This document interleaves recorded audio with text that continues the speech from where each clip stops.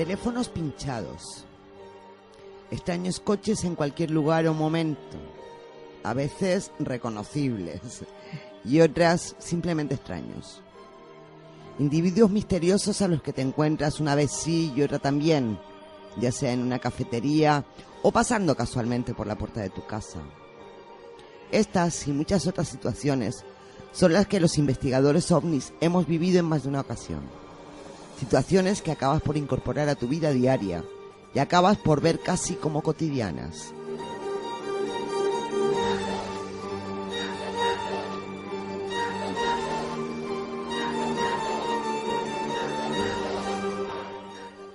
Y en ocasiones, cuando estoy tranquila, casi las entiendo. Las entiendo, aunque por supuesto no las acepto. Y no las acepto por múltiples razones. Y quizás la más clara sea porque me harta el silencio, la ocultación y el secretismo en el mundo de la ufología. Entiendo que para los altos estamentos debe resultar un tanto embarazoso que simples mortales de a pie les echen por tierra todo cuanto ellos guardan a buen recaudo y no se atreven a hacer público. Entiendo que es muchísimo lo que se nos ha ocultado en cuanto a investigación ovni se refiere.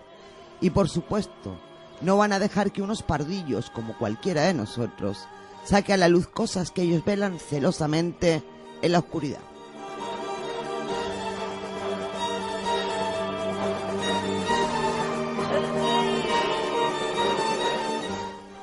Y podría seguir entendiéndolos si se limitaran simplemente a ese seguimiento, en ocasiones muy rudimentario, que sirve más para intentar meter miedo que para otra cosa.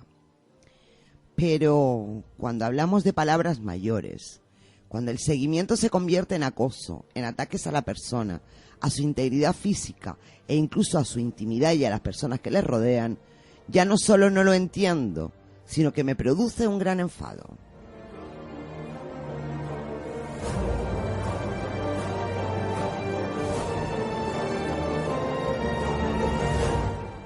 Muchos son los investigadores del fenómeno ovni que han visto sus vidas truncadas, sus familias destrozadas y su reputación por el suelo.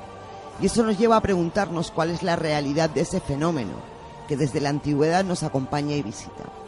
¿Cuál es el fin último que persiguen? Cuidado, no solo los encubridores, sino estos mismos seres que nos visitan desde hace tantísimo tiempo.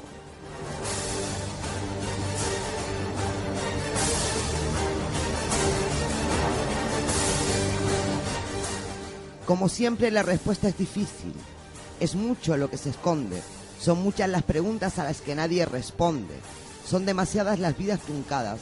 Son muchísimos los documentos, las tecnologías, los encuentros, los pactos que se nos esconden y se callan. Son muchísimos los testigos silenciados de una forma u otra. Eso a ellos no les importa. Y utilizan la técnica que creen más oportuna y beneficiosa para ellos, dependiendo del momento, el lugar o la relevancia de la información que ese testigo pueda tener.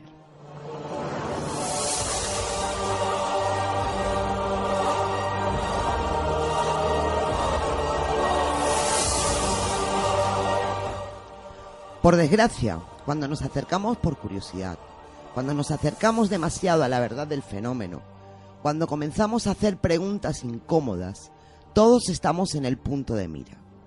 No solo de los encubridores, no solo de las personas que tienen la verdadera información y la callan, sino también nos ponemos a merced de algunos de estos seres que, al igual que algunos terrestres, parecen tener poca o ninguna conciencia.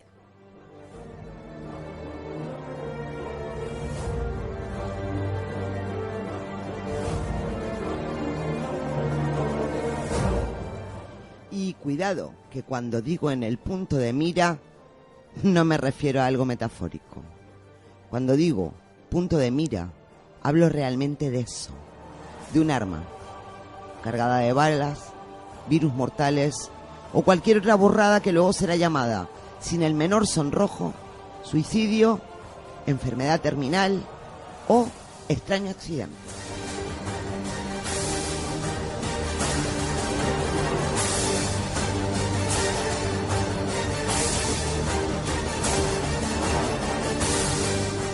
Esta noche nos internaremos en la cara más oscura del fenómeno ovni.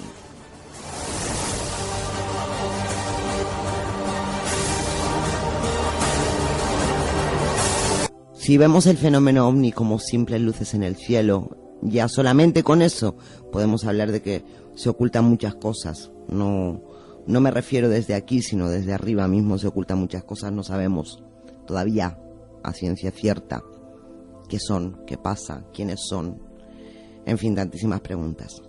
Pero si ya nos metemos con lo que nos ocultan, que es distinto, nos sumergiremos en un panorama un tanto escabroso, diría yo, un tanto triste, e incluso yo le daría casi el tratamiento de desgraciado, porque es que es terrible lo que acontece. Aconteció en un pasado, pero no se relajen, porque sigue ocurriendo a día de hoy, quizás de una forma más soterrada, quizás de una forma más encubierta, quizás nos llega menos la información, curiosamente, a pesar de los medios que tenemos hoy a nuestro alcance, pero sigue ocurriendo.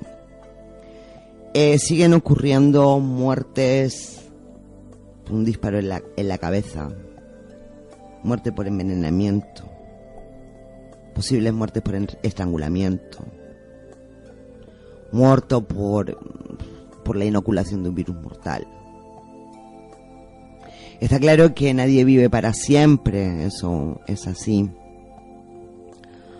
Pero lo que está claro es que la cantidad de muertes sospechosas, la cantidad de muertes extrañas que se centran alrededor de los investigadores ovnis, sinceramente, mosquea muchísimo. Me van a permitir la forma de hablar, pero mosquea muchísimo.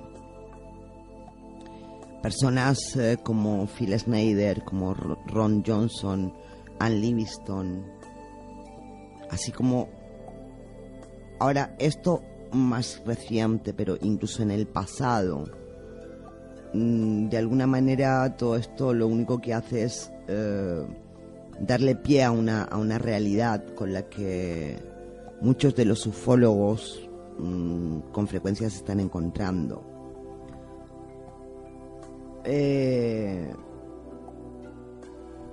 Yo comentaba en la introducción de este programa que, la ponía en primera persona, porque es cierto, no es por, como se suele decir vulgarmente, por fardar, porque desde luego no se trata de fardar de nada aquí, se trata de contarles pues mi propia experiencia. A mí me han seguido coches con la matrícula del Ejército del Aire, los he tenido en la puerta de mi casa. Otras veces han sido coches sin identificar, pero con conductas un tanto extrañas y sospechosas. Ver a la misma persona, y eso me ha pasado contigo, Eduardo, creo recordar, ver a una misma persona una tarde en una cafetería, irnos otro día a otro sitio y volvernosla a encontrar, siempre con el oído pegado a nuestra mesa, siempre intentando ver de qué hablábamos, de qué decíamos. Vestidos, como todos sabemos que pueden ir vestidos este tipo de personas, traje, chaqueta, en fin, corbata. Con lo cual, yo que no eran nada discretos. Pero ya lo decía yo en la introducción, es decir, únicamente lo utilizan como medio para intentar meternos miedo, porque realmente, a mí, personalmente, será que evidentemente no soy una gran investigadora ovni, pero lo que está claro es que a mí no me han tocado nunca. Ahora, teléfono pinchado, lo he tenido y además confirmado por la compañía de teléfono. Coches delante de la puerta, sí, porque hasta les he sacado un café. O sea que... Y eso soy yo, que no soy nadie, o nosotros, que realmente no somos nadie a la hora de la investigación, pero sí que hemos sacado algunas cosillas a la luz y hemos hecho algunas investigaciones. Pues imagínense, queridos oyentes, todos esos grandes ufólogos, esos grandes de la investigación, y que muchas veces han tenido que callar simplemente para evitar que se los lleven por delante. Bueno, esta noche creo que vamos a hacer un escalofriante recorrido por casos de muerte en investigadores ovnis, intentando tener un panorama más amplio de lo que en realidad está sucediendo. Y no solamente con los ufólogos, también veremos como personas con acceso a datos, a lugares clasificados como alto secreto, a ese tipo de personas que cuando han querido contar la verdad, cuando han querido informarnos de lo que realmente ocurría, han aparecido muertos en extrañas muy, muy extrañas circunstancias. Incluso gente de poblaciones determinadas. Bueno, eso ya nos lo irás contando. Poblaciones enteras estás hablando. Sí. Bueno, creo que la noche se presenta interesante. Bueno, el reconocido escritor e investigador ovni Sidney Sheldon, autor del bestseller La conspiración del juicio final, denunció en su momento que la Agencia Nacional de Seguridad norteamericana oculta más de 100 documentos relacionados con ovnis. Más de 100 documentos. Muchos más de 100 documentos. Pero muchísimo. Pero muchísimos más. Ha sido Yo imagino que serán cientos de miles. No, ha sido una metedura de pata mía. Cientos de miles de documentos relacionados con los ovnis. Y la CIA, pues, más o menos igual. Y este investigador ovni, Sidney Sheldon, da una lista de 23 científicos ingleses que en pocos años también murieron en circunstancias extrañas, anormales. Sheldon explica que todos los científicos habían trabajado en proyectos como, por ejemplo, el tipo de la Guerra de las Galaxias y en áreas secretas de la guerra electrónica, que incluye, por supuesto, también la investigación OVNI. Se sabe que de estos 23 científicos fallecidos, uno falleció de muerte natural, entre comillas. Esta noche vamos a usar mucho las comillas. 2 desaparecieron sin dejar rastro, no se sabe dónde están. 4 sufrieron accidentes fatales. Y 16 de ellos, casi el 70% de esta lista, se suicidaron, entre comillas. Curioso. Todos metidos en proyectos secretos y algunos de ellos vinculados con la investigación OVNI. Bueno, me parecen demasiadas coincidencias, me parecen demasiadas casualidades. Después de realizar diversas investigaciones y entrevistar incluso a varios astronautas, Sheldon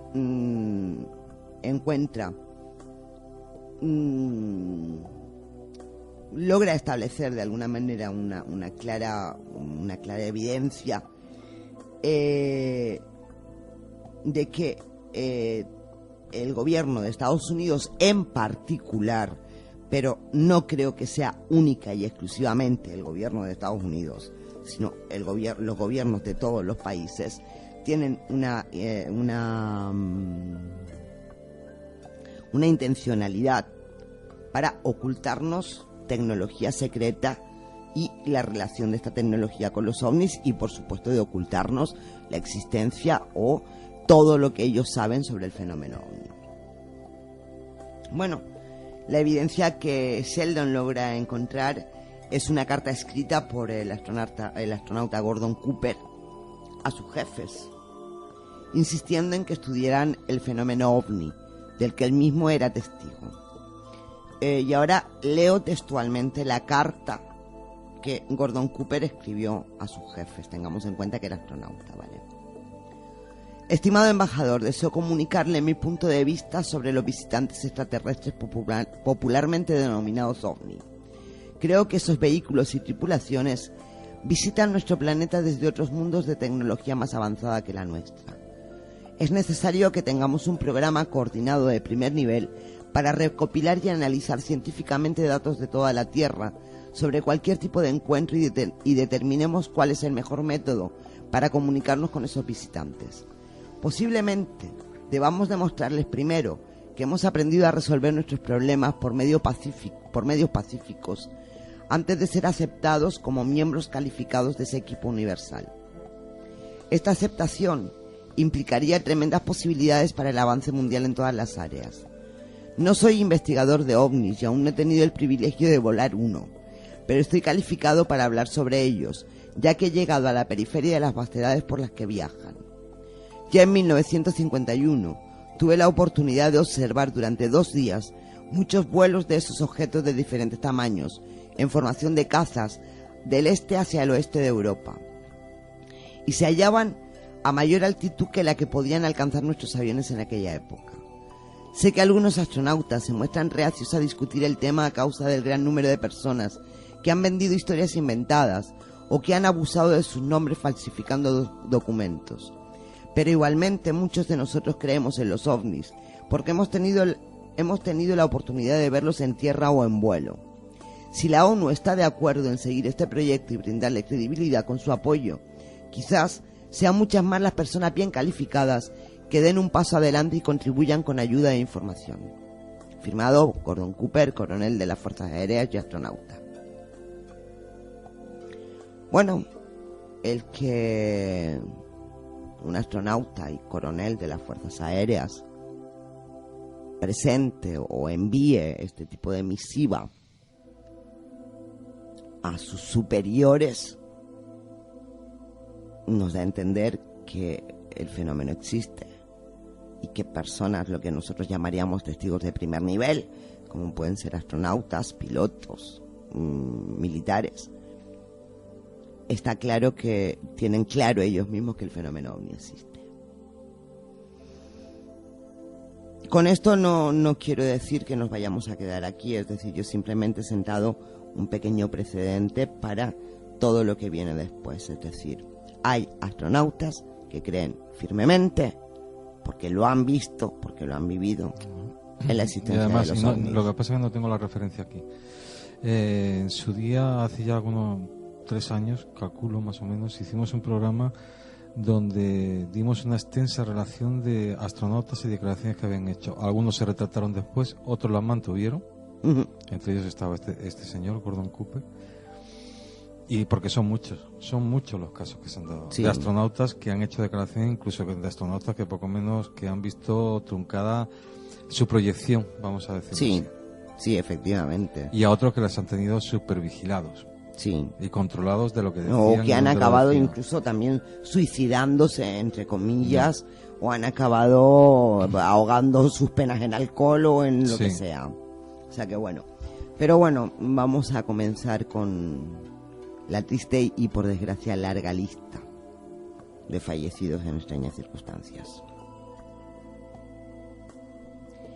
El secretario de Defensa, James Forrestal, comenzó a sospechar que se le ocultaba información sobre las investigaciones del fenómeno ovni y decidió presionar para saber la verdad. Entonces Forrestal tuvo conocimiento. Cuidado con este dato porque puede pasarnos desapercibido. Forrestal llegó a tener conocimiento de que los grandes banqueros internacionales estaban mejor informados sobre los ovnis que él mismo. ¿Vale? Llegó a la conclusión de que ellos eran el gran poder oculto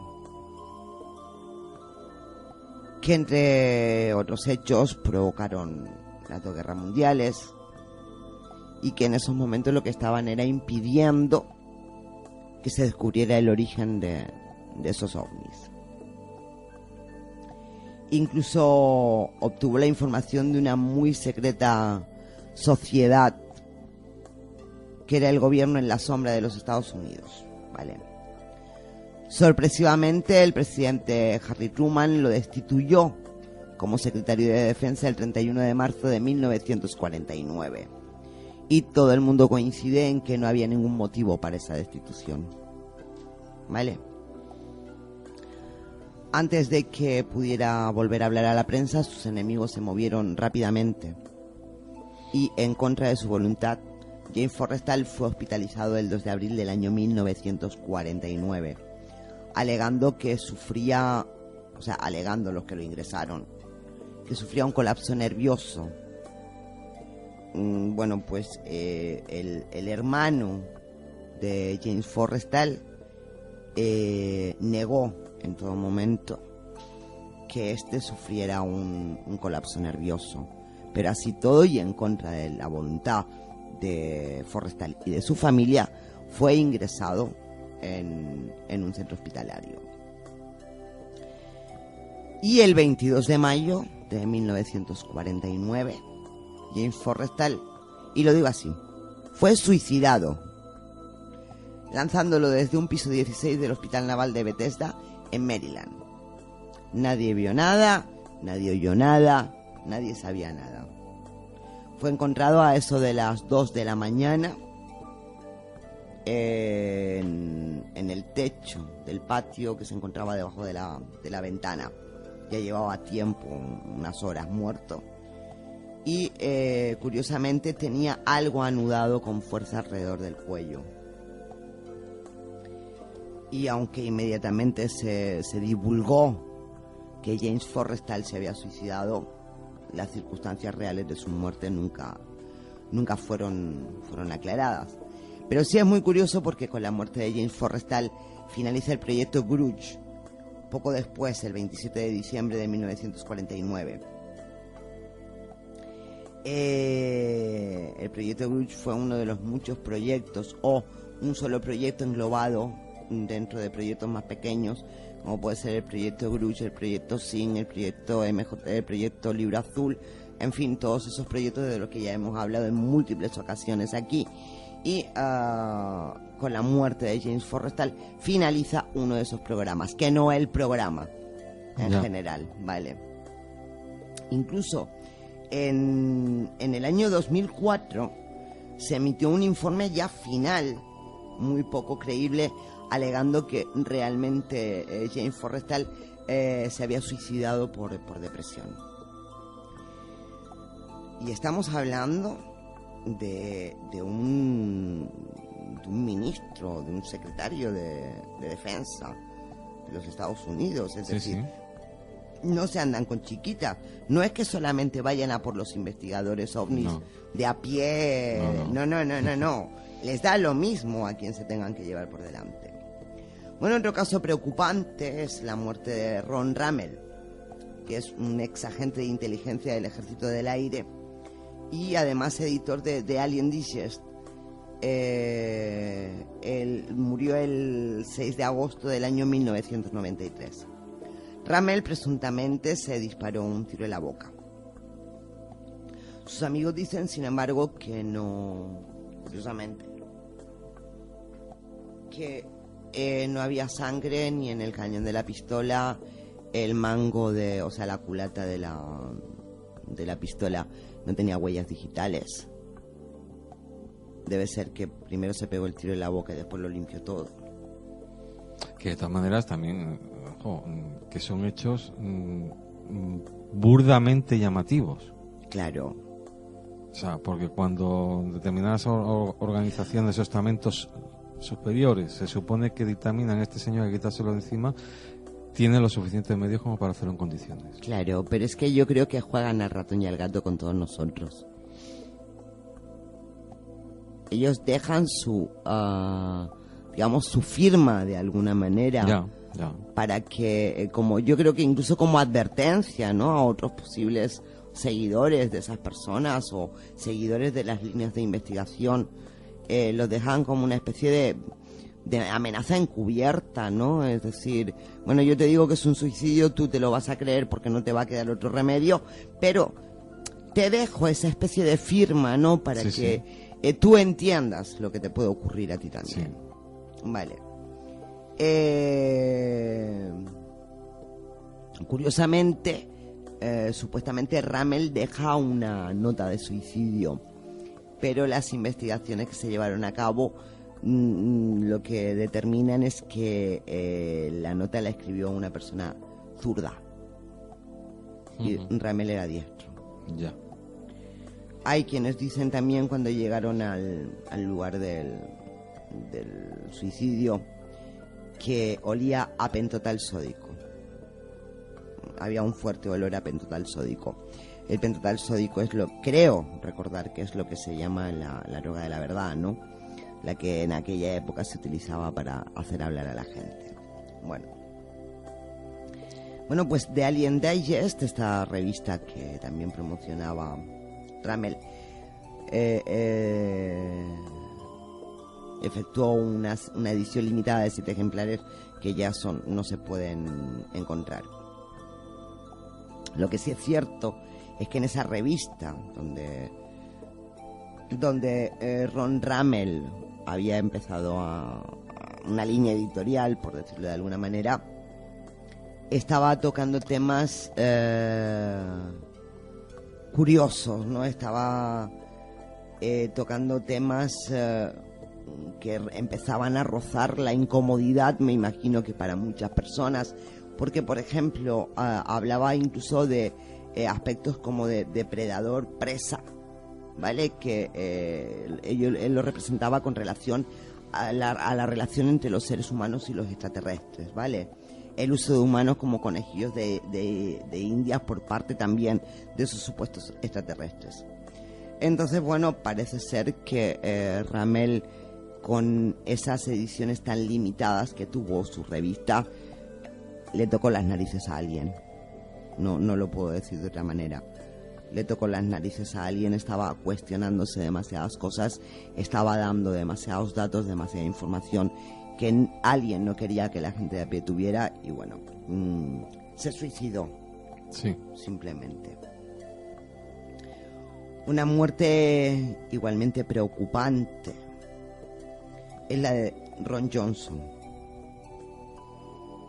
En el momento en que fallece Ron Johnson, era subdirector de investigaciones en MUFON.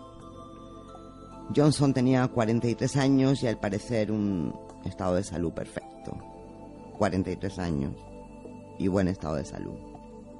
Incluso acababa de pasar un examen médico hacía muy poco tiempo, con unos resultados pues muy normales, sin ningún tipo de nada que hiciera presagiar lo que ocurrió un poco después.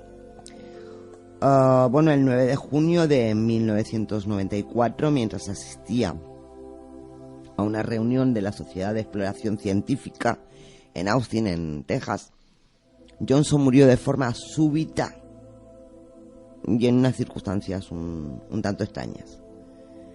Durante una presentación de diapositivas, cuando se apagaron las luces, varias personas que estaban sentadas cerca de él escucharon una especie de grito, entre grito y gemido, por decirlo así, de alguna manera. Y cuando las luces se volvieron a encender, bueno, pues Johnson estaba desplomado en su silla, con el rostro enrojecido. Le salía sangre por la nariz. Y hay un dato curioso. Bien pudo ser Johnson el mismo que la pusiera, pero bueno, una botella de refresco que él había estado bebiendo de ella, estaba situada en la silla al lado de él, no en la mesa, pero bueno, se supone que si le pasó algo, pues pudo colocar en un momento determinado ese refresco en la silla al lado. Pero bueno, no deja de ser curioso. Bueno, se especula con que murió de un derrame cerebral.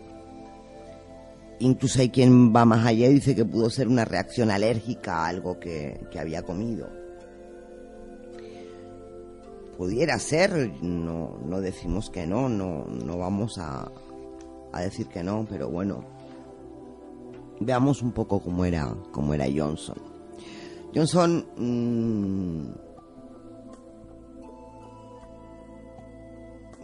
era una persona que, ya lo hemos dicho, en cuanto a su estado físico era perfecto. Era una persona que se dedicaba también a unos estudios un tanto curiosos. Y bueno,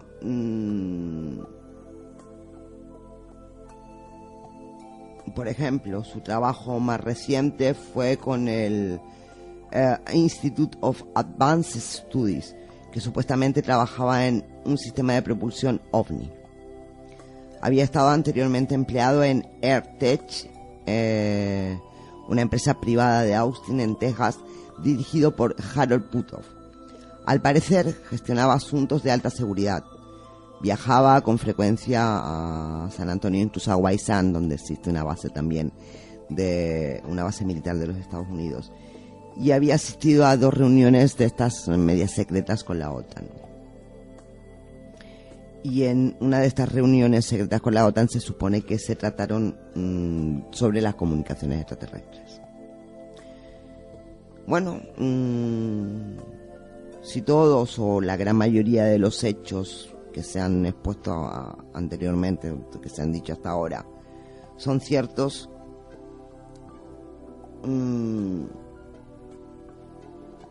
parece evidente que Johnson podía ser una persona peligrosa para algunos y que pudo haber pagado el precio más alto en su intento de divulgar determinadas cosas. En cuanto a lo que pudo haber matado exactamente a Ron Johnson, se barajan muchas posibilidades, más allá de las causas naturales, ¿vale? Es muy fácil en los tiempos que corren inducir un derrame cerebral mediante productos químicos. Es igual de fácil inducir ataques cardíacos, o incluso parece ser que es igual de fácil inducir cánceres sumamente agresivos. La mejor, o lo que más se baraja, la circunstancia que se baraja con más facilidad, es que Ron Johnson fue eliminado por una toxina de acción rápida, tal vez incluso un agente nervioso. En cuanto al motivo exactamente por el que le mataron, es probable que nunca lo sepamos, porque la autopsia ha sido clasificada como poco concluyente. Es decir, que haberle hecho la autopsia o no habérsela hecho, más o menos hubiera sido prácticamente lo mismo. No se sabe por qué murió Ron Johnson. Bueno,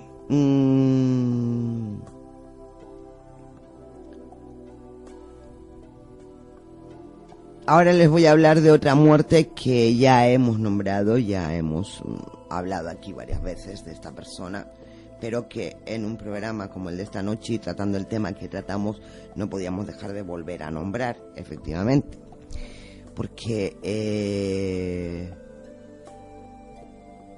les voy a hablar de Phil Schneider. Phil Schneider murió el 17 de junio del año 96, de 1996. Según los informes, fue encontrado estrangulado con algo enrollado a su cuello, y si las circunstancias de su muerte parecen muy extrañas, no lo fueron menos la polémica de sus declaraciones públicas pronunciadas poco antes, además de su muerte. Les cuento para aquellos que no lo sepan o para los que no lo recuerden muy por encima. Phil Schneider fue un geólogo y experto en explosivos. De 129 instalaciones subterráneas profundas que Schneider creía que el gobierno de Estados Unidos tenía, afirmaba haber trabajado en 13 de ellas. 2 de estas bases eran las más importantes, incluyendo la instalación de bioingeniería sobre la que circulaban muchos rumores, que era la base de Dulce, en Nuevo México. Schneider mantenía que seres extraterrestres del tipo conocido además como grises trabajaban al unísono con personal civil. En el año 1979 se produjo un incidente que provocó un tiroteo en el que 66 miembros del servicio secreto, el FBI y los boinas negras murieron junto con un número no especificado de los grises. Allí Schneider fue herido dicen que por el rayo de un arma de los extraterrestres que más adelante le causaría su enfermedad. Si Schneider está diciendo la verdad, es obvio que rompió su código de silencio al que está sometido el personal que está contratado. Es decir,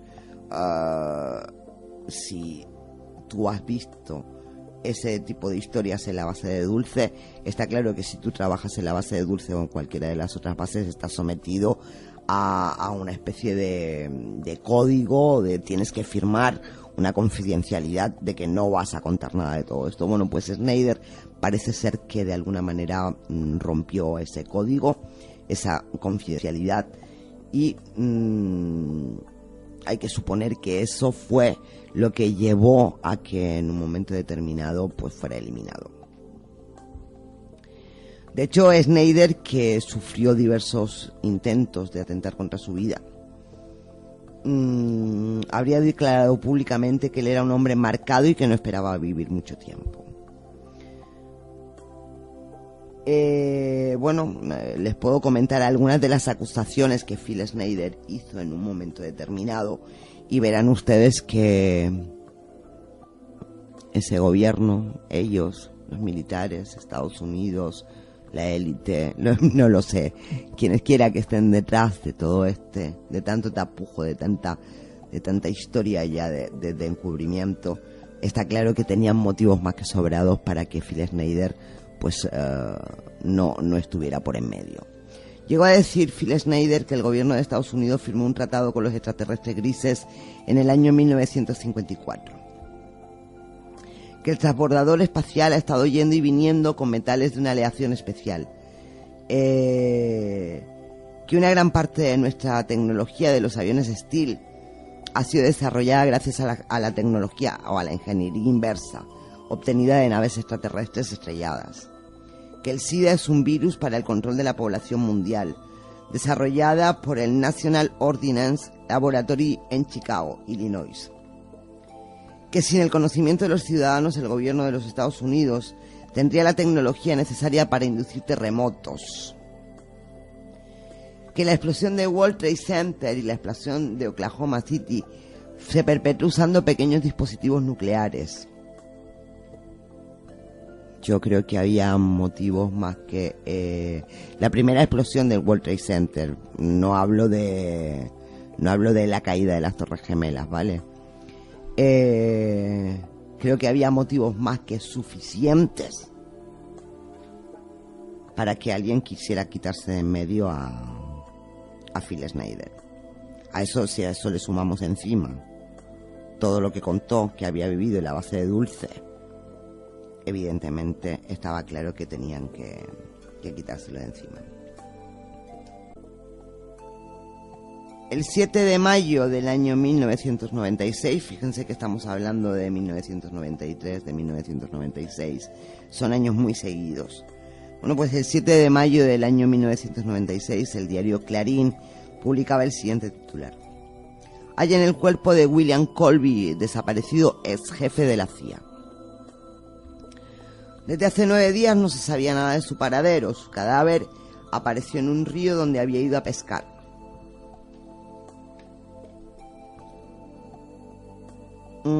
Ayer, tras 9 días de su misteriosa desaparición que reavivó las intrigas y venganzas del mundo del espionaje, fue hallado el cuerpo del exdirector de la CIA, William Colby, flotando en la orilla del río Wycoming. Su muerte, sin embargo, no parece estar relacionada con un oscuro complot de la Guerra Fría en los que era un maestro para sus enemigos. Colby estaba desaparecido desde el 27 de abril, cuando le anunció por teléfono a su esposa, Sally Shelton, que iba a ir a pescar cerca de su casa en Rock Point, en Maryland.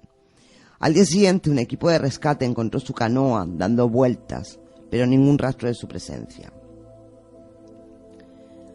Los remos, el chaleco salvavidas, también habían desaparecido, lo que daba pie a una extraña hipótesis. A Colby, que fue director de la CIA durante la administración de Richard Nixon y Gerald Ford entre el 73 y el 76, le sobraban enemigos, tanto fuera como dentro. Pero curiosamente, lo que tuvo que ver con su desaparición, según la policía, no tenía nada que ver con su carrera de espía. No hay nada extraño en este caso, para nada, dijo el teniente Mark Sanders de la policía de Maryland, por abandonar su búsqueda. Un caso con ribetes oscuros, extraños. Bueno, pues no podemos olvidarnos de que William Colby, como ya he dicho, fue director de la CIA y que además amenazó con divulgar secretos sobre el tema ovni y los extraterrestres, de lo cual tenía vastos informes en su poder. Es que no paran en mientes, es que les da lo mismo. Estamos hablando de un secretario de Estado, ahora hablamos de un exdirector de la CIA. Sí. No hay mayor problema en eso. Por eso a veces nos parece extraño que esta gente caiga. Pues si pueden caer esos, imagínate cómo podemos caer como moscas cualquiera de nosotros. Es lo que me llama la atención. Bueno. Otra muerte que implica elementos extraños es el de Ann Livingston, que murió a principios de 1994 de una forma rápida a causa de un cáncer de ovario. Livingston se ganaba la vida como contable, pero también era investigadora de MUFON. y de hecho publicó un artículo titulado Acoso electrónico y abducciones alienígenas en el MUFON Journal del noviembre del 93. El artículo fue muy crítico con Julianne McCain, directora del proyecto de vigilancia electrónica. McCain descarta el fenómeno ovni creyendo que lo que pasa por tal es más a menudo una especie de estratagema del gobierno u otro organismo, ya sea en forma de aparatos experimentales o de psicología experimental. Bueno, a mí en cierta medida me da lo mismo que es lo que hagan los gobiernos, es decir, que sea aparatos experimentales o que sean intentos de control psicológico. Lo que es cierto es que ocultan cosas y que a quienes intentan divulgarlas, pues bueno, ya hemos visto lo que están haciendo con ellos. Bueno, en el caso de Livingstone destacamos algunos hechos que parecen que son relevantes para el caso. A las 7:15 de la mañana del 29 de diciembre del año 1992, el apartamento de Livingstone, cerca del aeropuerto de O'Hare, en Chicago, fue intensamente iluminado por un destello plateado. Eso le ocurrió a ella estando allí, ¿vale? Ella lo contó. Más tarde fue abordada mientras estaba en el parking de su apartamento por 5 hombres de negro, que además los describió como apenas sin rostro y que portaban unos objetos que no sabía que eran, largos y negros, parecidos como a porra o algo por el estilo, o a linternas, incluso grandes, ¿no? Y quedó inconsciente ella. Esto me suena mucho a la película Los Hombres de Negro, ya. Los Men in Black, ¿no? Cuando los flasheaban. Bueno, hay que saber qué pudieron hacerle esos hombres y qué tiene eso que ver con la extensión de un cáncer de ovario rapidísimo y fulminante. Porque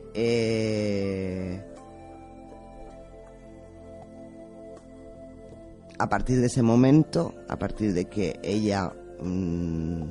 a ella le ocurren todas estas cosas el 29 de diciembre, desarrolla un cáncer que se la lleva por delante, no voy a decir en cuestión de días, pero prácticamente. Una persona también sana, una persona joven, y se la lleva por delante de repente, porque ya había hablado del tema OVNI, porque estaba dando datos, porque estaba dando a entender que se ocultaban cosas. Primero un extraño destello plateado en su apartamento, después ese encuentro con esos hombres de negro, una pérdida de conciencia, y a partir de ahí un cáncer que se desarrolla con muchísima rapidez. Oye, podemos estar hablando de casualidades, pero es que a mí hay veces que las casualidades no me cuadran. Vale.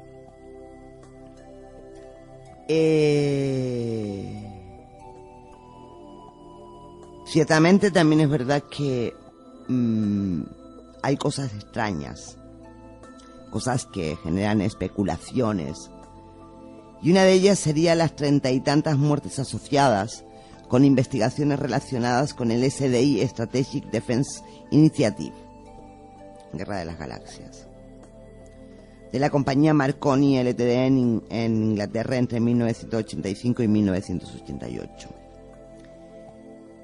Un resumen de esas muertes, de la lista de esas muertes.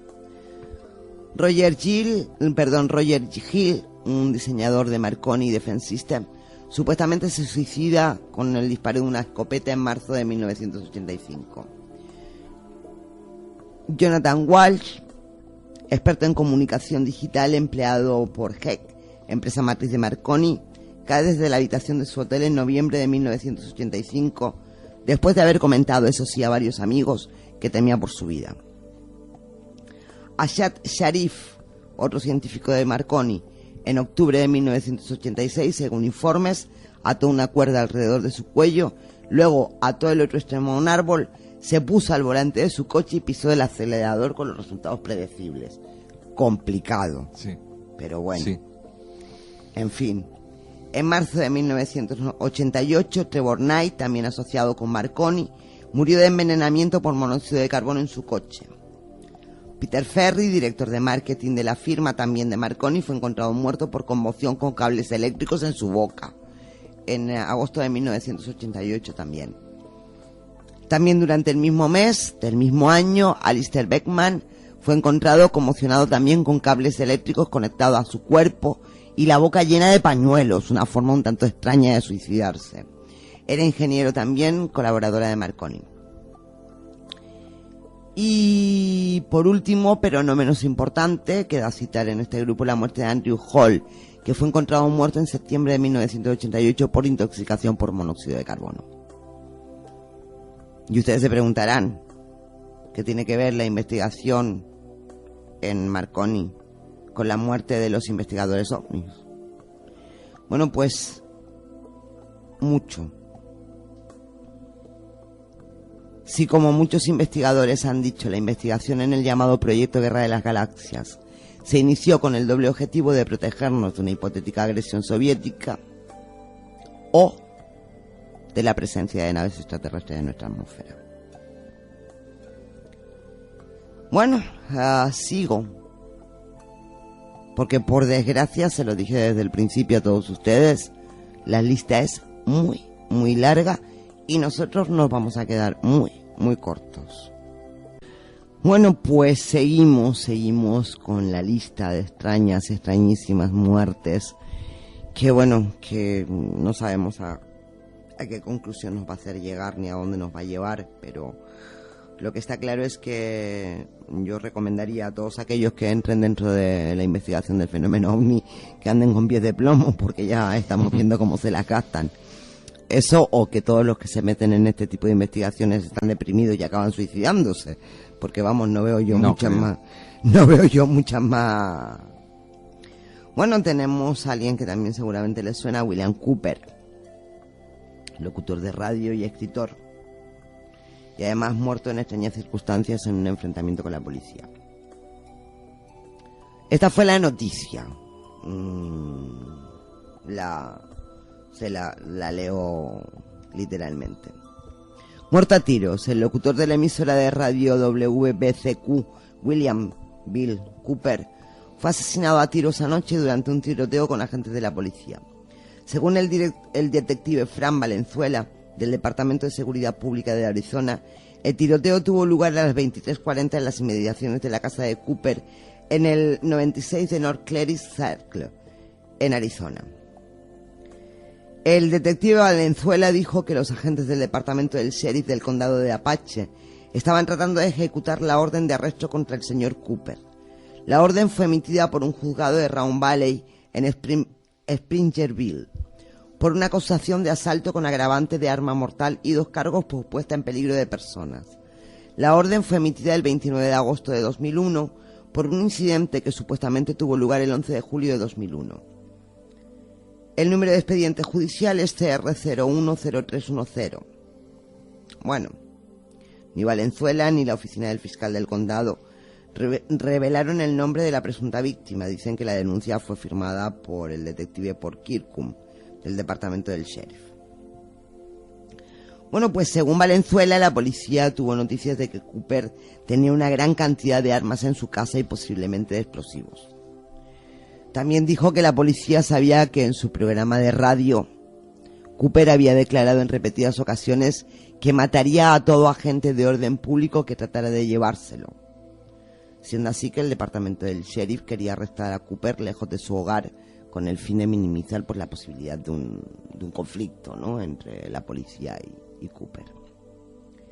Bueno, según la policía, Cooper vivía en una especie de colina con vistas a varias zonas sin edificar. Y pese a no ser el dueño de los terrenos por debajo de su casa, Cooper era conocido por perseguir a adolescentes y parejas de enamorados de la zona.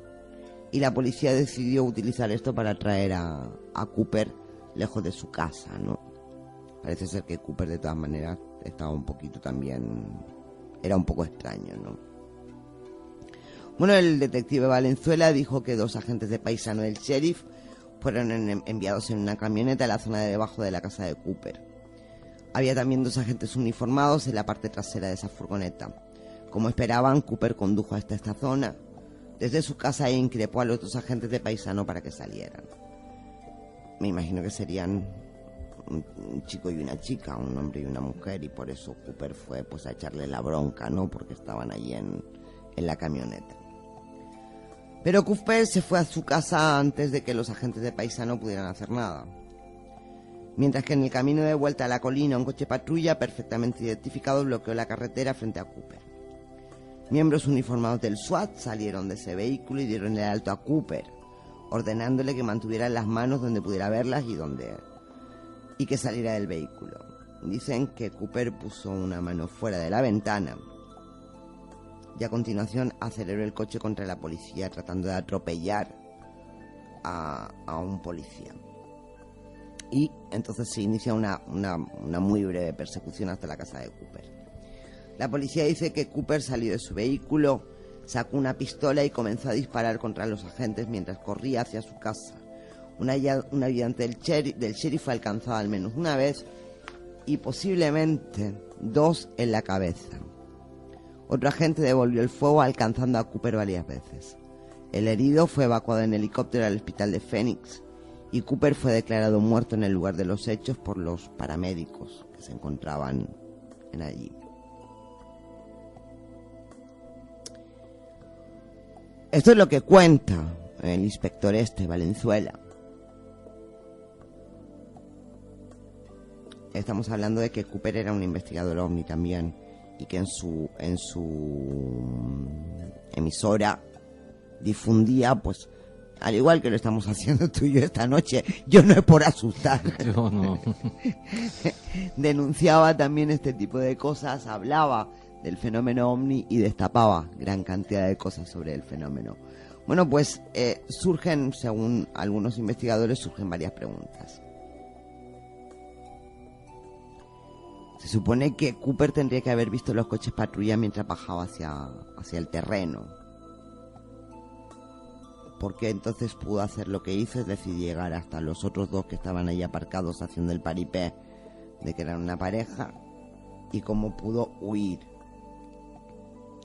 Si la policía lo que pretendía, porque era lo que supuestamente dijeron, era un arresto pacífico, ¿por qué enviaron un equipo de SWAT? Hombre, lo más normal. Sí.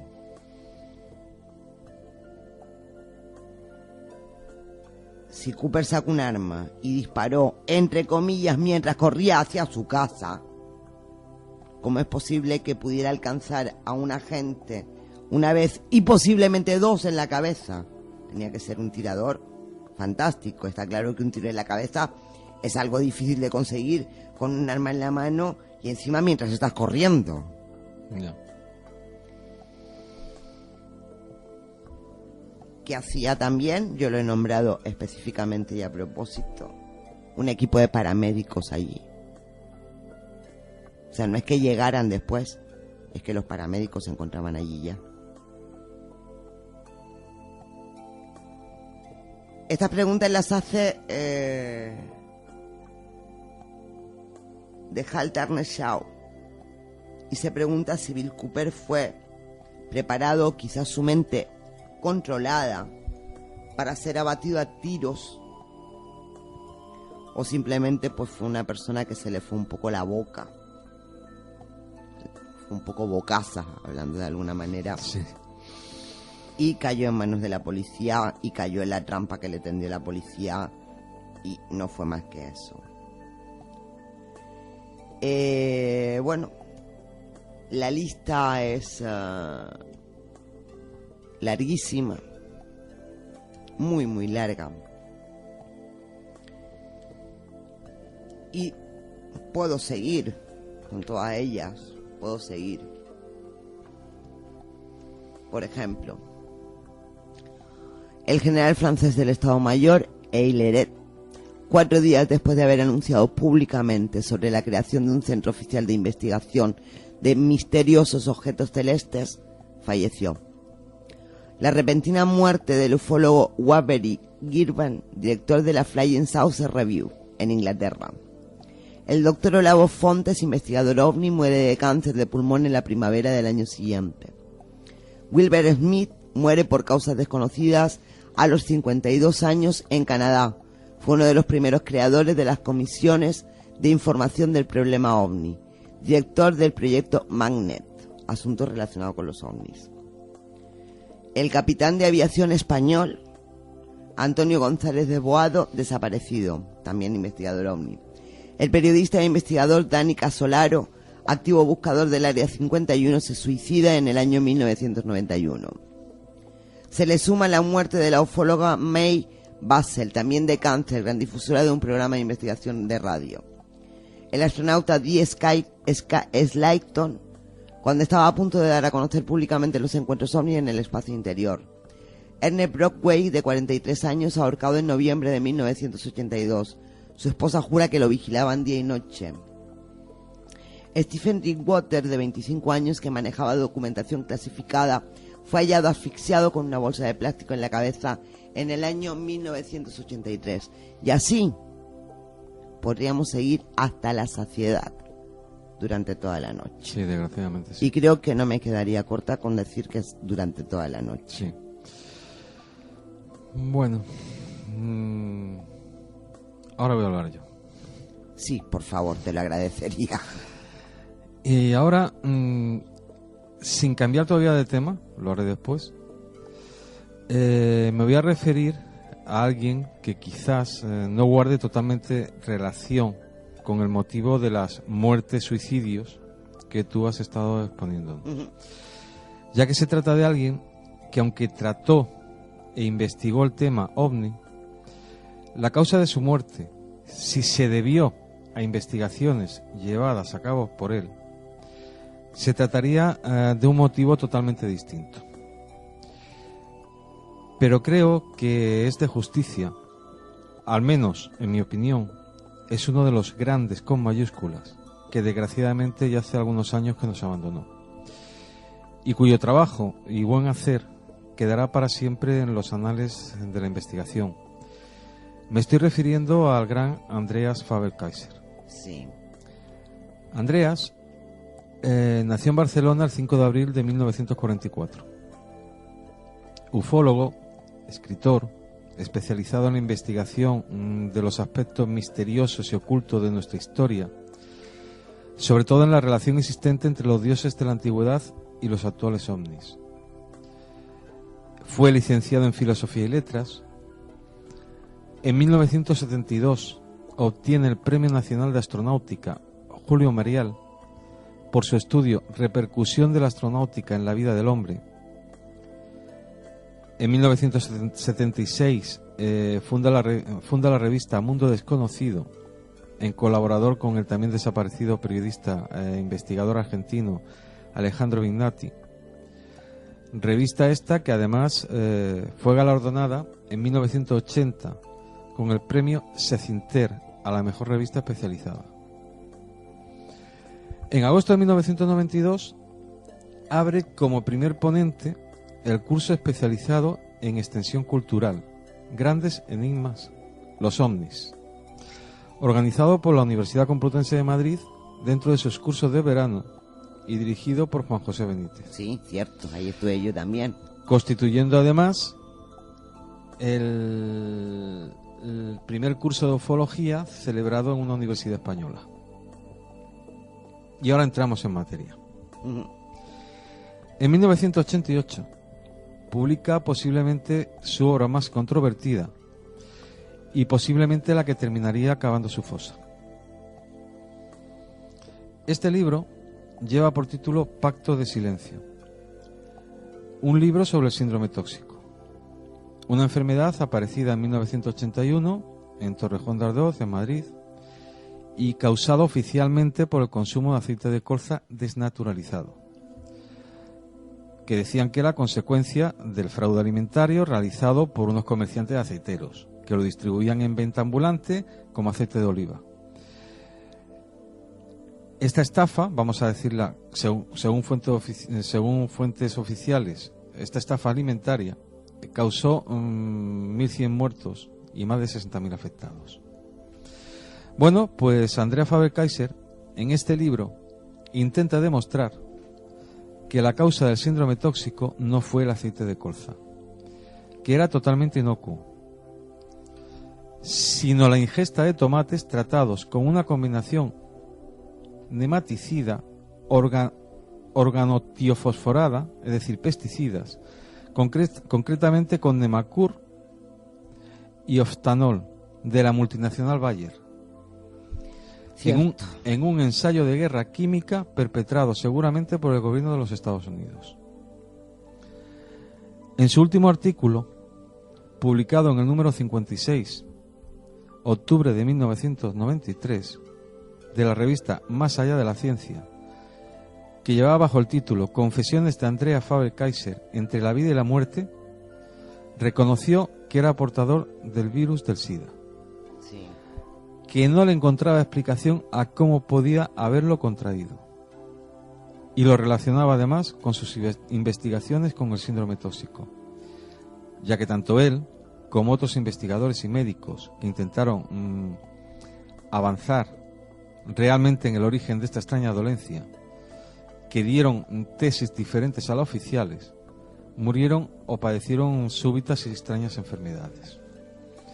En el libro, entre otras cuestiones, se llega a afirmar que se sabía que no podía ser el aceite de colza, se sabía cómo curar a los afectados, se acusa e encarcela a los industriales del aceite de colza y se oculta a los enfermos la posibilidad de su curación. Afirmaciones muy graves, muy serias. Andrea Faber-Kaiser fallece el 14 de marzo de 1994 a los 49 años de edad. Pero es que en relación con este caso del aceite de colza, no es el único.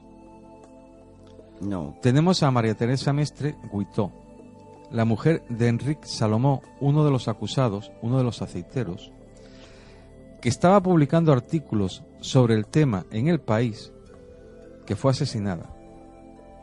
José Neto, periodista Sí. que todos conocemos, Sí. que dirigía por aquel entonces el semanario Cambio 16, fue cesado escasamente 2 meses después de haber publicado un artículo relacionando a Bayer con el síndrome tóxico.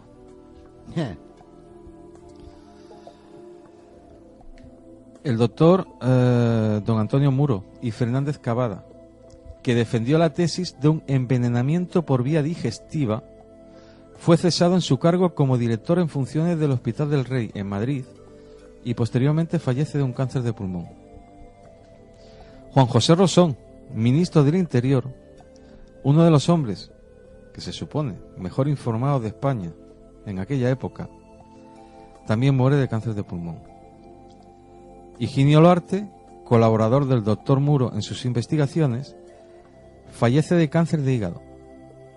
Otros 2 componentes del equipo de Antonio Muro tuvieron que ser intervenidos quirúrgicamente y se les extirpó sendos cánceres.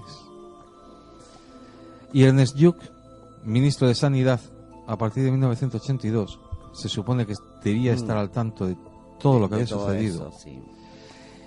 y que muere asesinado por la banda terrorista ETA. Todo muy conveniente.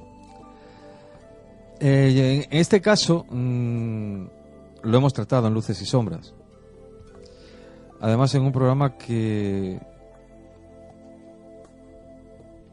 yo recuerdo con bastante cariño, no por el tema, ya en el programa lo conté y además di mi opinión, porque hay una cosa en la cual disiento en la investigación que hace Andrea Faber-Kaiser. Yo no hice investigación, yo era bastante joven, era un crío, no tenía capacidad para investigar, pero yo vivía en Torrejón de Ardoz y yo conocía a la primera víctima.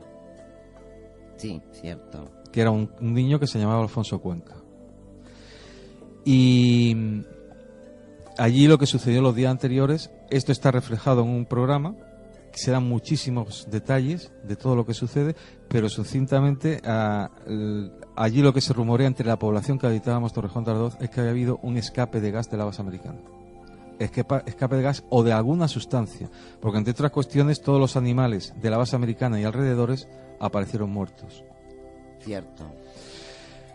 Todo esto, esto que estoy comentando ahora al final, lo hicimos, se puede encontrar en ebooks. Bueno, o te metes en Google, pones luces y sombras. 9/6/2011 y el programa se llama Nuestros dirigentes nos dan pan, circo y veneno. Sí. Que es verdad que 5 años después, si volviéramos a hacer este programa, necesitaríamos más tiempo. Hay más datos. Sí. Esta es una investigación, aunque oficialmente esté cerrada, no lo está. Ya. Todavía, afortunadamente, todavía hay víctimas vivas. Sí. Yo conozco algunas de ellas. Todavía hay gente que de vez en cuando nos encontramos y, bueno, saltan pistas nuevas, saltan detalles nuevos. Saltan detalles, efectivamente. Ahora, la historia es rocambolesca, no, es absolutamente tétrica, porque si la historia es tal como parece, y no se ha demostrado que no lo sea, por mucho juicio que se hiciera, por lo menos en mi opinión, no se ha demostrado que la historia fuera exactamente el aceite de colza, porque hay muchísimas cosas que no cazan, no concuerdan. No, en absoluto. La lista de personas que caerían sería impresionante. Y además de primer nivel en España y en la llamada transición española. La época de la transición, sí. Bueno, pues es el caso de, por lo menos desde mi punto desde mí misma, de alguien muy querido, fue muy querido dentro de este mundillo. Tuve la ocasión de conocer a Andrea precisamente en ese curso sobre ovnis que se dio por primera vez en la Universidad de Verano del Escorial. Y bueno, fue alguien que me fascinó realmente, un investigador serio donde los haya, con ideas muy avanzadas para la época en que se movía. Y bueno, fue muy triste, fue muy penoso que acabara como acabó. Y como he comentado yo, que han acabado muchísimos otros que no conocemos personalmente y que me imagino que también serían personas muy... Bueno. Sí, no, y si pues te parece, sí. vamos es hablar de Andrea Faber-Kayser y el caso del aceite de colza y me si te pongo parece, muy nerviosa. y yo, porque yo viví allí. Ya. Y lo presencié desde el primer momento. Sí. Pero bueno, si te parece, vamos a dar un cambio porque además queda poquísimo tiempo. Sí. Y no nos va a dar tiempo otra vez. Sí, nos va a dar tiempo. Bueno, vamos a pegar un cambio. O sea, dentro de la misma temática, vamos a pegar un cambio. Vamos a ver, avistamientos ovnis, es decir, de objetos voladores no identificados. Encuentros con seres de apariencia no humana los ha habido a lo largo de la historia de este planeta. Además, para ratificar esto, no hay más que echar una breve ojeada al pasado, para encontrarnos grabados de supuestos astronautas en cuevas antiguas como Tassili, pinturas de la Edad Media donde nos podemos encontrar sorpresas como objetos extraños con apariencia de ovni en cuadros de vírgenes, e incluso batallas en el cielo de objetos parecidos a los ovnis de aspecto de plato invertido. En la actualidad, los supuestos avistamientos se cuentan por cientos de miles a lo largo del planeta, por no decir por millones, aunque oficialmente no se reconozcan ninguno. Y también son innumerables las narraciones de supuestos encuentros personales, lo que se ha dado en llamar encuentros en la tercera fase, con seres no humanos. Y no todos estos encuentros han sido idílicos ni faltos de tensión y sobresaltos, llegando incluso hasta la muerte. Pero un dato sumamente curioso de personas que han llegado a padecer algún tipo de agresión es, en líneas generales, el silencio. Ya. Nosotros, en algunos casos que hemos investigado, siempre nos hemos encontrado con el mismo patrón. La víctima, vamos a llamarla así, de un avistamiento con agresión o de un encuentro en la tercera fase agresivo, no quieren que se sepa su nombre e incluso no quieren que se sepa su historia. Sí. Por miedo al que dirán y en algunos casos por haber recibido amenazas de distinto tipo, si se atrevían a contar en público lo que les había sucedido. Sí, efectivamente.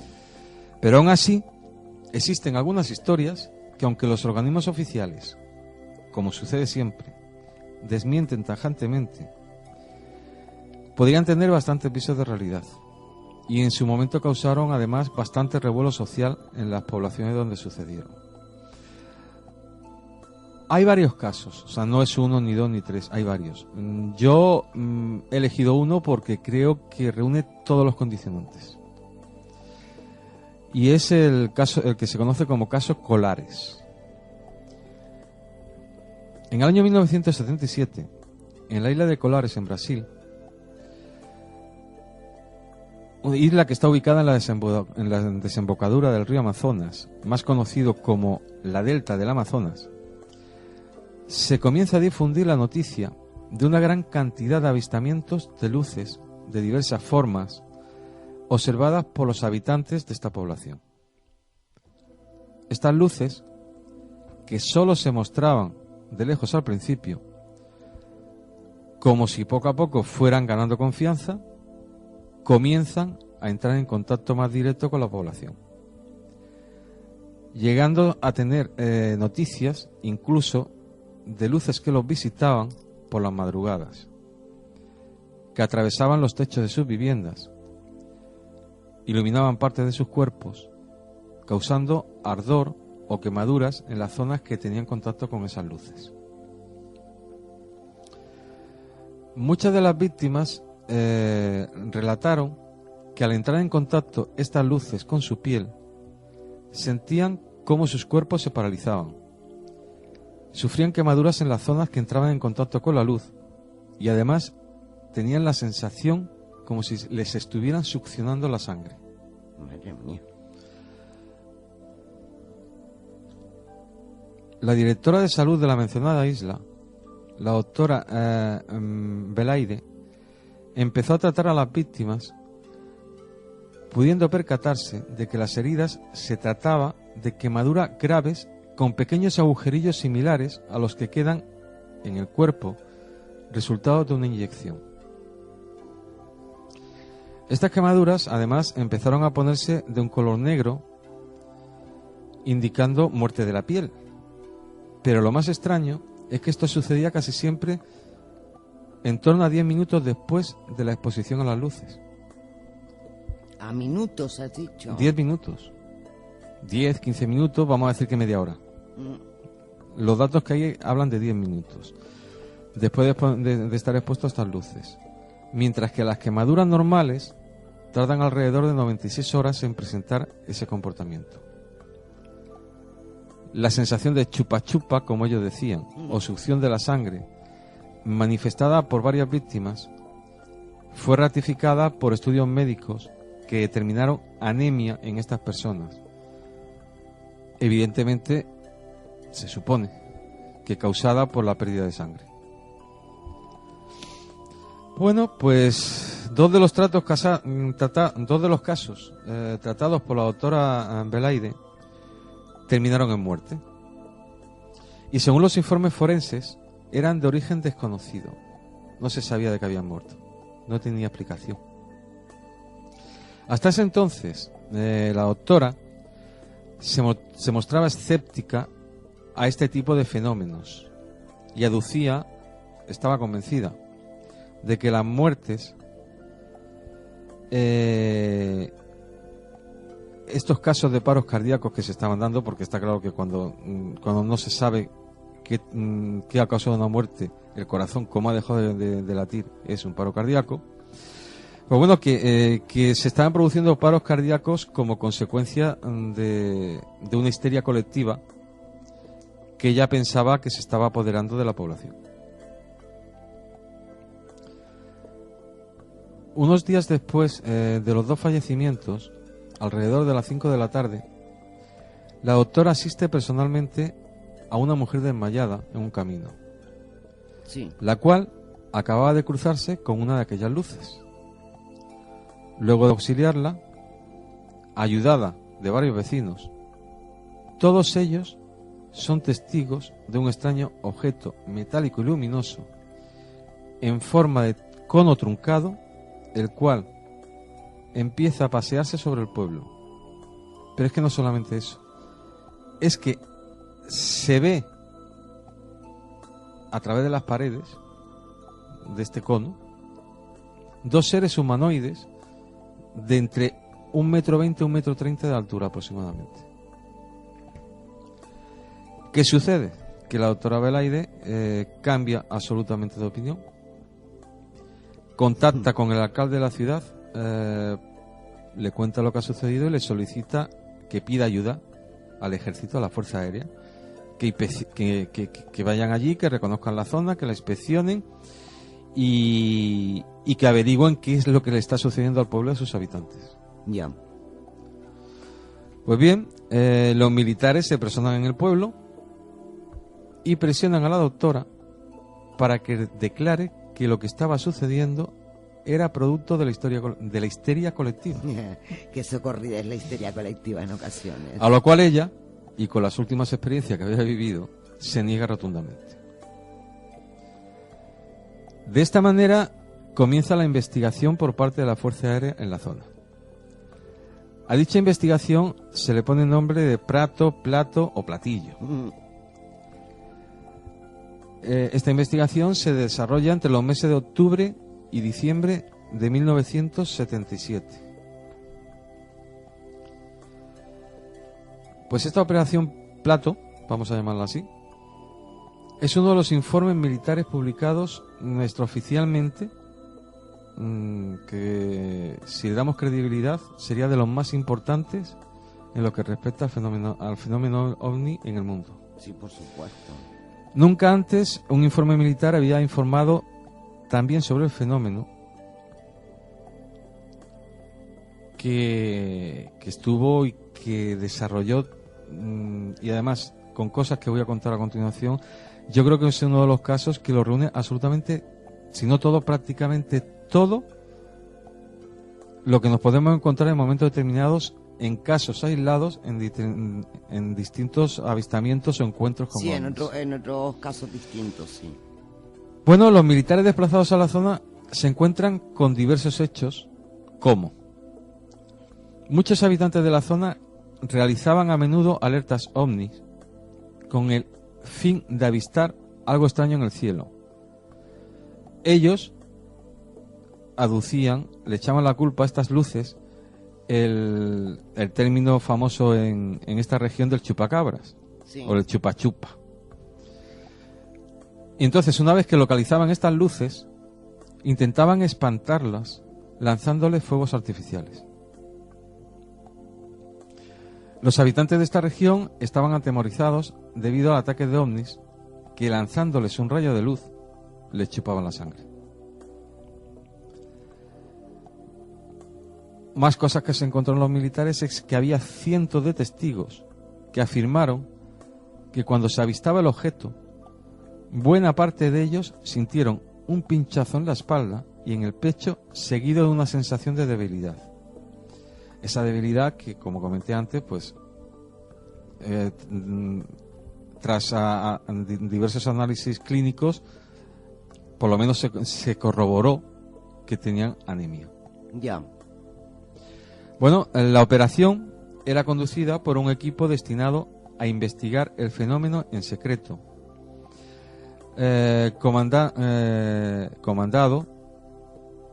dirigido por el coronel Holanda.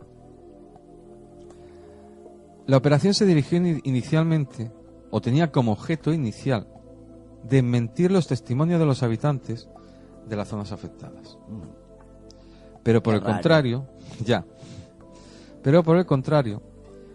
la operación Plato se empezó a encontrar con muchas sorpresas sobre el terreno, con hechos que eran incuestionables, aunque oficialmente no se reconocieran, empezaron a comprobar que determinados testimonios eran totalmente verídicos. Se llegó incluso, ellos, algunos de los miembros, o uno sobre todo como digamos cabeza visible, que ahora lo nombraré, llegó a afirmar que estaba convencido de que el origen de estas apariciones no era terrestre, era extraterrestre. Bueno, transcurren 3 meses, casi 4 de investigaciones. Se supone, se sabe después, se ha,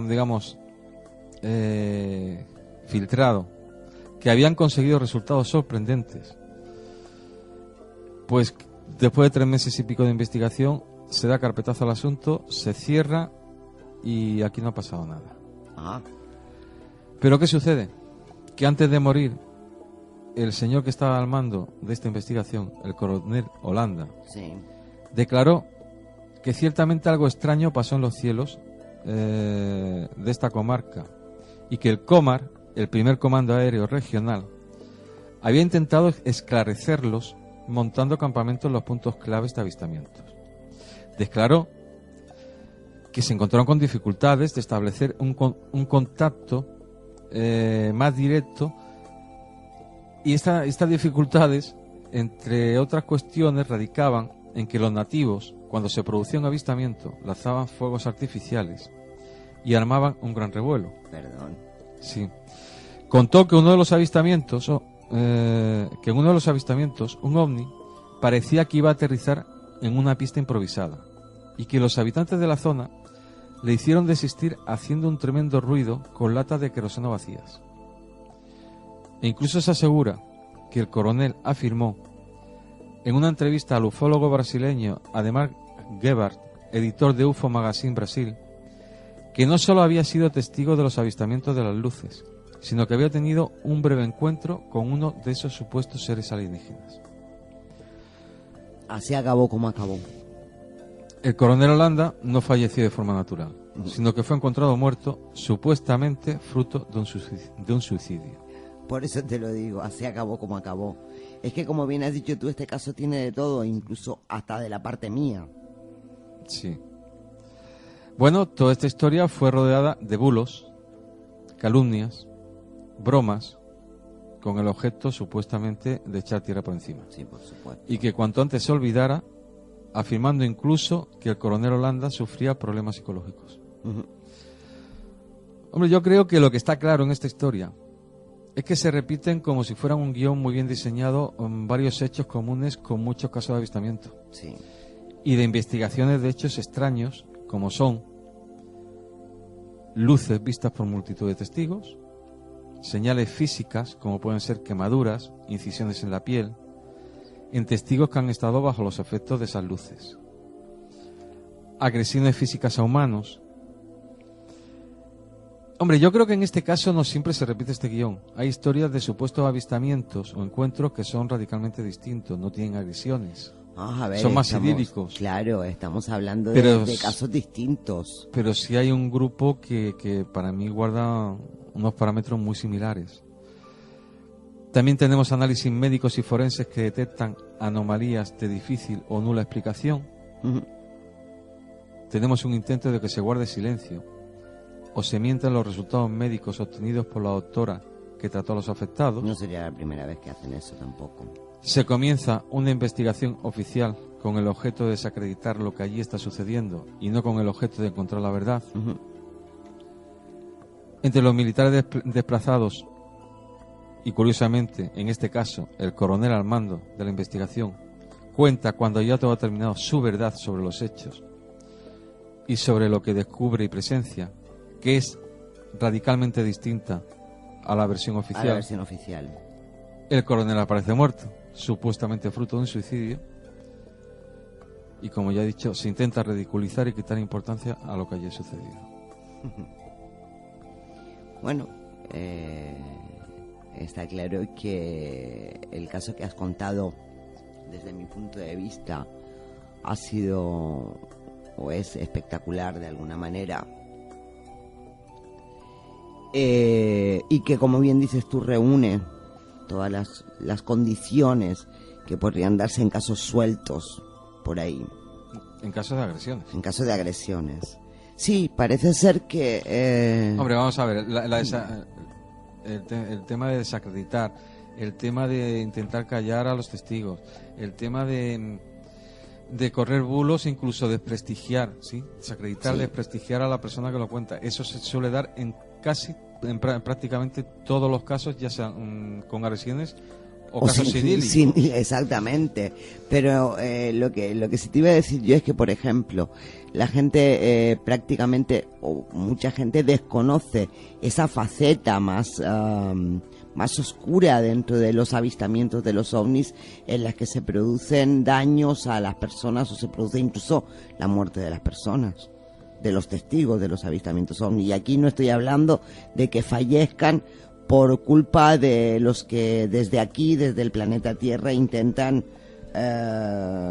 tapar lo que ese testigo pueda contar, sino que estamos hablando de personas, de testigos que han sido agredidos por los ocupantes de esos supuestos objetos volantes no identificados. Sí, y además, o sabéis, y ambos hemos tenido la suerte de conocer algunos casos. Sí. Y desgraciadamente es que nadie quiere dar su nombre. Y normalmente no quiere ni que su historia se sepa. Ni que su historia se sepa. Vamos a ver, y hasta cierto punto es comprensible. El gran problema es que con la campaña de miedo y de extorsión que se suele desplegar cuando un tema de esto trasciende del círculo, digamos, más cercano, yo creo que también son situaciones que hay que vivir. Sí. Que a una persona normal, de a pie, le ocurra, vea un avistamiento, tenga algún tipo de experiencia, la cuente y al día siguiente tenga servicio de seguridad pegándole en la puerta, sí, sometiéndolo a un tercer grado, supuestamente llegando a recibir incluso amenazas de que hay cosas que no se pueden contar, de que hay cosas que no se pueden decir, cómo crece el descrédito de esta persona incluso en su entorno más cercano, en su mismo puesto de trabajo. Es que hay, e incluso con su misma familia. Incluso con su misma familia. Es que en ocasiones. Hay historias que es normal que el afectado no quiera contarlo. Y de eso se valen. Claro que se valen de eso. El miedo es muy grande, o sea, y es un arma muy poderosa. Y aquí en Canarias tenemos varios casos de los que ha ocurrido esto. Se me viene ahora mismo a la cabeza, aparte del que les voy a contar, el caso del doctor Padrón, que fue testigo de los avistamientos del año 76, creo recordar. El doctor Padrón, Francisco Julio Padrón, fue una persona que era un médico de mucho prestigio en la zona de Galda. No tenía necesidad de contar esa historia que contó, no le hacía falta. Esto le conllevó muchísimos problemas, pero incluso problemas hasta con miembros de su familia. Tuvo que dejar la isla y se fue a Madrid en un momento determinado a vivir. Tuvo que alejarse de su familia. Todo por ser claro y contar lo que él y otros varios testigos vieron aquella noche en la zona de Piso Firme. Es decir, que la investigación ovni o el ser testigo ovni, cualquiera de las dos cosas, conlleva una especie como de que la gente te aleje, incluso tus más allegados en un momento determinado. Unos porque lo fomentan desde fuera para que las cosas vayan mal para esa persona, y otros porque de alguna manera son testigos de cosas excepcionales y que la gente tiende pues a no creer, ¿vale? Yo les voy a contar un caso, si te parece, Eduardo. Sí. Que, digo si te parece porque es algo que tenemos todavía entre las manos.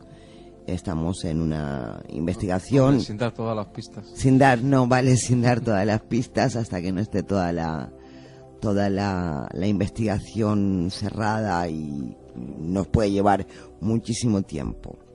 Pero sí comentarles un caso que ya les digo que tenemos entre manos en estos momentos. Llevamos varios años con él.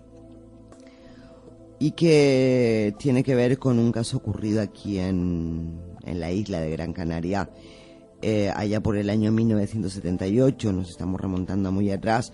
También es verdad que los años 70, la década de los 70, ya lo acabo de nombrar el ovni del 76, el del 79 también, este caso es del 78, es cuando se produce una oleada de avistamientos, una oleada masiva de avistamientos ovni aquí en las Islas Canarias. Pues en aquella época nuestro testigo, vamos a llamarle Juan, Nuestro testigo tenía en aquel momento unos 17 añitos. Era un chico que le gustaba mucho todo el tema de la parapsicología, la ufología.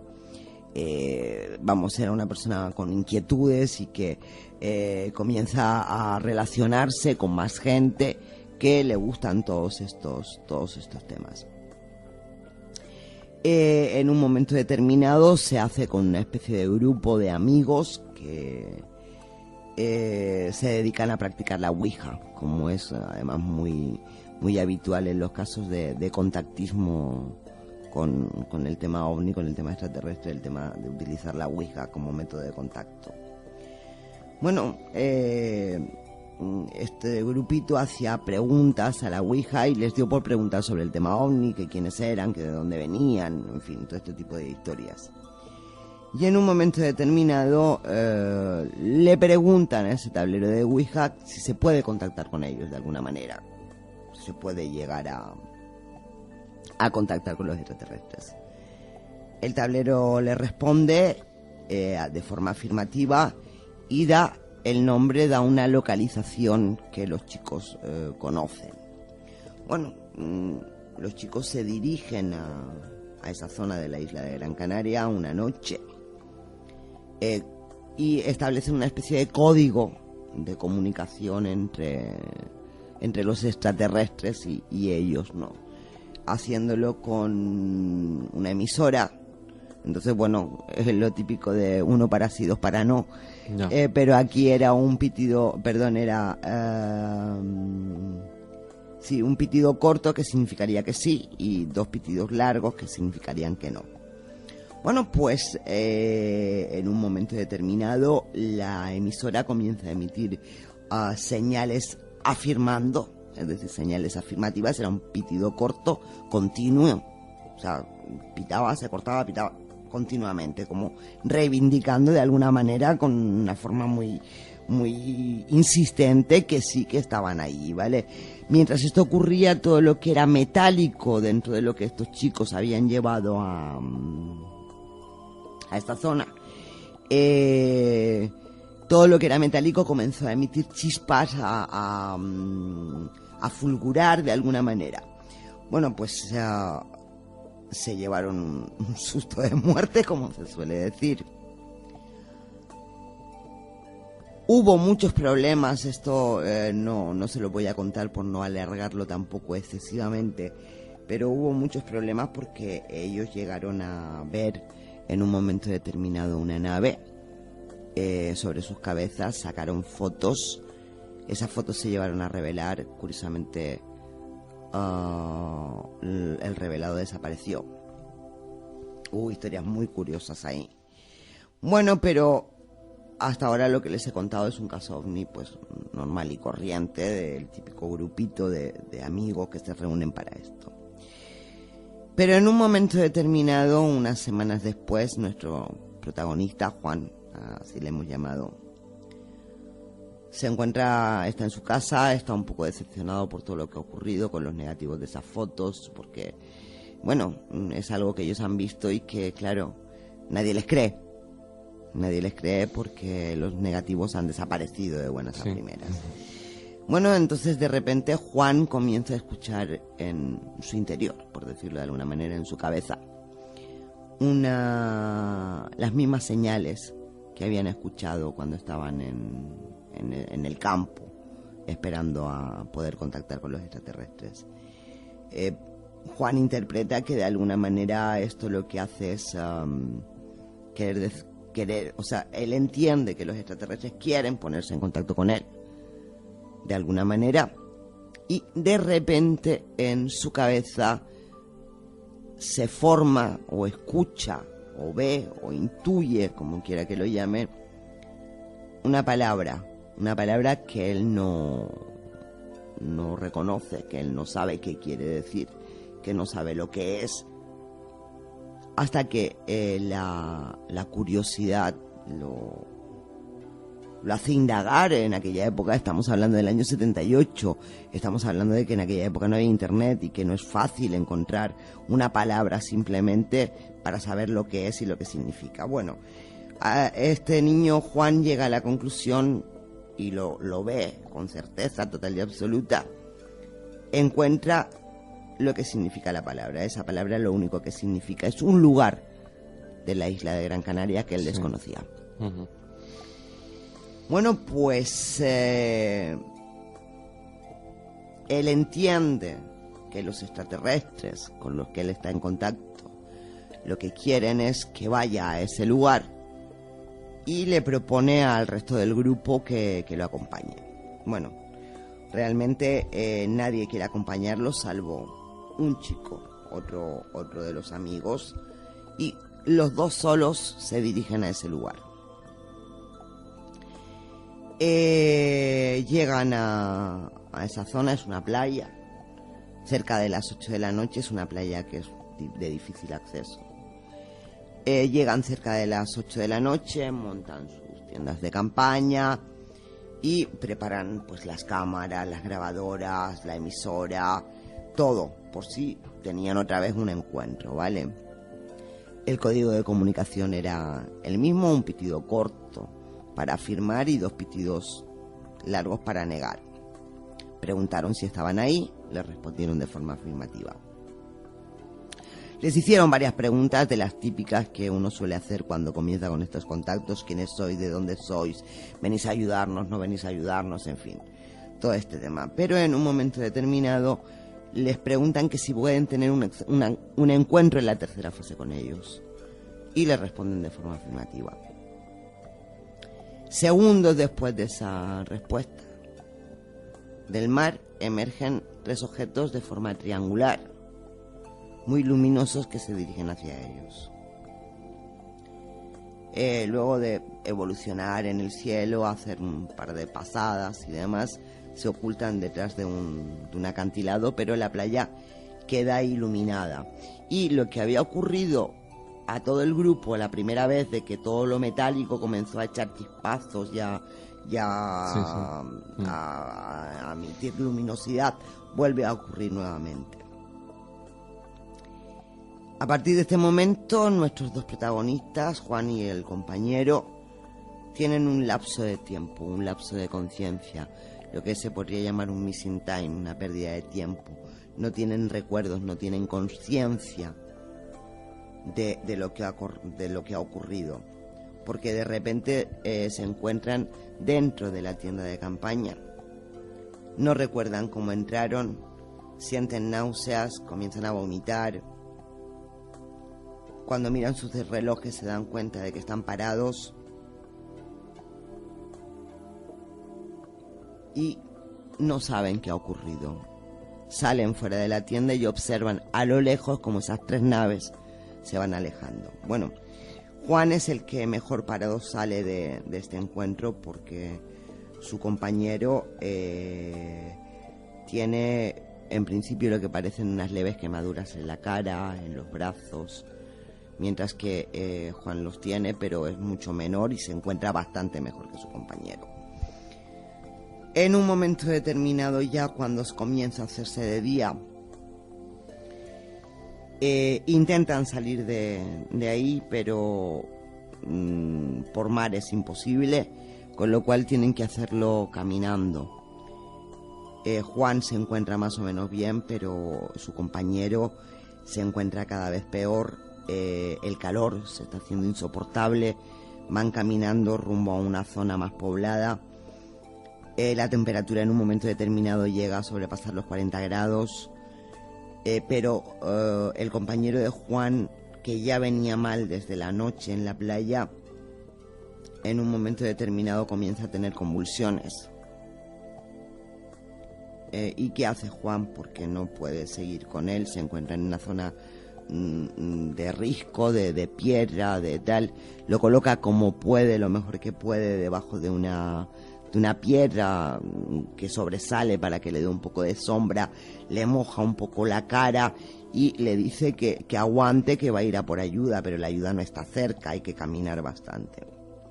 Bueno, Juan sigue caminando una vez que ha dejado a su amigo. Sigue caminando y en un momento determinado le viene una sensación muy clara de que su amigo ha muerto. No quiere hacer demasiado caso a lo que ha oído, pero sigue caminando todo lo que puede hasta que por fin llega a donde puede encontrar ayuda. Bueno,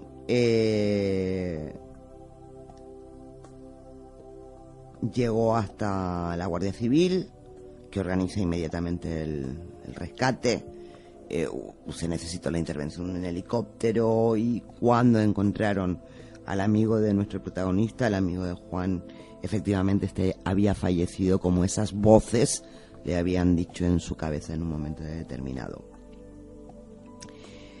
En un hostal próximo al lugar de los hechos, Juan estuvo unos días de descanso intentando recuperarse del trauma, ¿no? Para luego comparecer ante el juzgado de la zona, junto con los compañeros de grupo de anteriores experiencias. En el interrogatorio les hicieron pasar por separado a una habitación donde fueron sometidas en presencia de un juez a una investigación sobre las actividades del grupo, y en el caso de Juan, las preguntas fueron dirigidas precisamente a lo que había ocurrido en esa playa esa noche. El juez se limitó a escuchar las respuestas, porque quienes realmente interrogaban a Juan eran unos personajes extraños que no se identificaron. Sin embargo, daba la impresión de que eran superiores a la autoridad judicial en este caso. Bueno, esto es básicamente todo lo que ocurrió.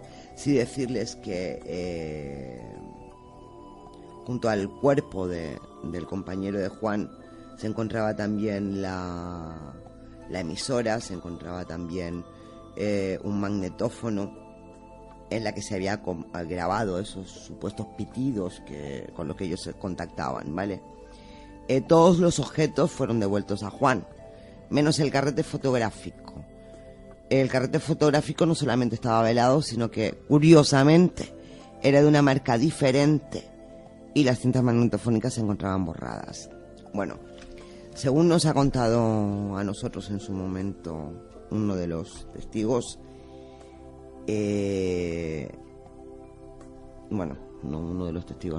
la forense que realizó la autopsia nos explica cómo el cadáver pudo descomponerse prácticamente en las pocas horas que Juan tardó en llegar a pedir socorro. De hecho, la forense nos confirmó que el cuerpo no había sido mostrado a la familia. El cuerpo de ese chico no había sido mostrado a la familia porque no estaba en condiciones de poder ser mostrado. Incluso nos llegó el soplo por parte de gente más o menos puesta en este tema, que esto pasó a formar parte del proyecto Libro Azul en un momento determinado. Ese es uno de los casos que tenemos ahora entre manos cuando el programa nos deja un poquito el programa y nuestros respectivos trabajos nos dejan un poquito de tiempo. Lo tenemos un poco parado, pero sí que queremos seguir ahondando en él porque, como verán ustedes, también en este caso, por desgracia, se produjo pues el fallecimiento de una persona tras un contacto con estas naves, ¿no? Sí. Es que ahí no voy a añadir nada. No vas a añadir nada, poco más se puede contar de esto. Yo creo que como este caso que yo les he contado, que repito, estamos nosotros investigando, les puedo ahora mismo contar 2, 3 más ocurridos aquí mismo en las Islas Canarias. Lo que pasa es que no tenemos tiempo, no nos queda tiempo. Volveremos sobre este tema, no porque sea de nuestro agrado, sino porque creemos que es nuestro deber compartir con todos ustedes lo poco o lo mucho que sobre un tema podamos saber o podamos aprender, incluso para para lo de siempre, para que entre todos podamos dilucidar un poquito más qué hay de verdad, qué hay de mentira, no solo en el fenómeno OVNI, sino en tantos y tantos temas como hemos tocado a lo largo de estos 6 años de Luces y Sombras. Así es que, como no queda tiempo, no me queda tiempo prácticamente para nada. No quiero desaprovechar la ocasión para no solamente felicitarnos a nosotros mismos por estos 6 años, sino por felicitarlos a todos ustedes y para darles las gracias también, porque gracias a ustedes nosotros seguimos 6 años después aquí al pie del cañón, al pie de los micros. De verdad, de corazón, gracias a todos ustedes, queridos oyentes. Y no me queda sino también, Eduardo, que darte las gracias por haber compartido este rato de radio con todos nosotros esta noche. Como siempre ha sido un placer y por supuesto sumarme a lo que acabas de decir y repetir lo que muchas veces hemos dicho. O sea, esto existe y de momento existe porque están ellos. El día que no estén, desapareceremos, efectivamente. Bueno, y por supuesto darles las gracias a todos ustedes, queridos oyentes, por una noche más y por 6 años habernos sido fieles. Y me despido diciéndoles lo mismo que les digo siempre, que no nos crean a nosotros, que busquen, que indaguen, que se documenten, que lean y que a partir de ahí saquen ustedes sus propias conclusiones, que sean